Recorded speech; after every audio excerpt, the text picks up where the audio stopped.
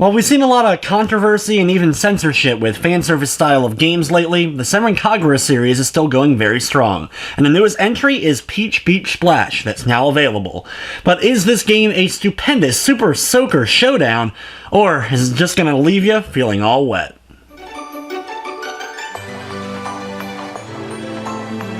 Senran Kagura Peach Beach Splash is a spin-off of the main Senran Kagura series. You're playing as all the same characters, broken up into their teams, competing against one another, but instead of fighting with weaponry and cool ninja moves, instead you're using Super Soakers. The game is basically a third-person competitive shooter. There's single-player and multiplayer modes with a variety of different story missions, as well as a few different modes online for you to go into. The game's main story basically boils down to a competition being held called Peach Beach Splash, and all the girls have been invited. Whichever team ends up winning will get anything that they want. As you begin, though, the main campaign is broken up into 4 scenarios featuring 4 different teams with 10 missions each. The missions between the teams are very much the same, with the same objectives and almost the exact same style of mission. While the characters and maybe the level changes, what you're doing for each level as you're going through is identical between the 4 different groups.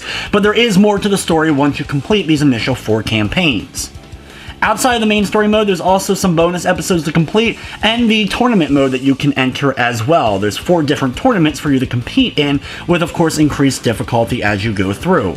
Before jumping into the battle, though, you'll get to select which character you want to play as well as their loadout, which includes cards for different abilities, as well as their main weapon. The weapons in the game are pretty standard for third-person shooters, but they have that whole water gun twist to them. But you have things like twin pistols, Gatling guns, rocket launchers, and sniper rifles.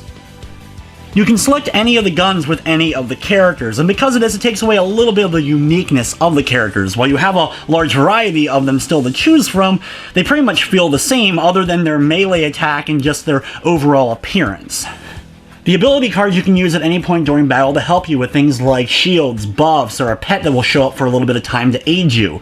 The ability cards, guns, as well as your characters can all be leveled up using duplicate cards that you've gathered through the card packs that you're rewarded for completing certain objectives or completing main campaign missions. It is cool that you can take any of the cards or weapons that you've leveled up and use them on any character that you like, so you can complete a campaign using one character, take their weapon and cards, and then put it on the character you're going to be using for the next campaign.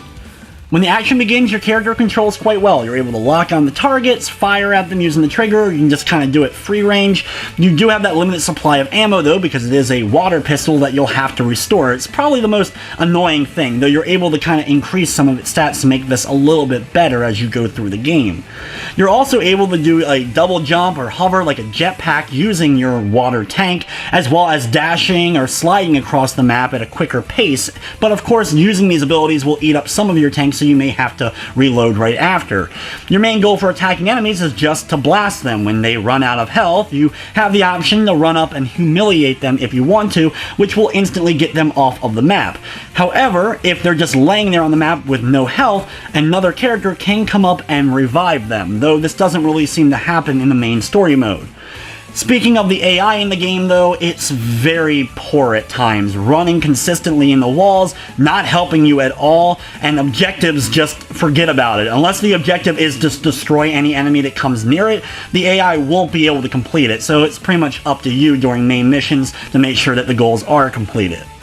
For multiplayer, you have the survival co-op mode, which is basically a horde mode where you and your friends take on an endless supply of the game's lower level minions, and then you have ranked and free matches. With free, you're able to select all the options, arena and match type and everything. But for ranked, you have to do 3v3 or 5v5, and you're not able to select which match type you do. There's only 4 different types of matches though. You have basically a standard deathmatch like one, Queen of the Hill, Capture the Bra, and humiliating finishes. Whoever's able to humiliate their opponent the most ends up being the winner.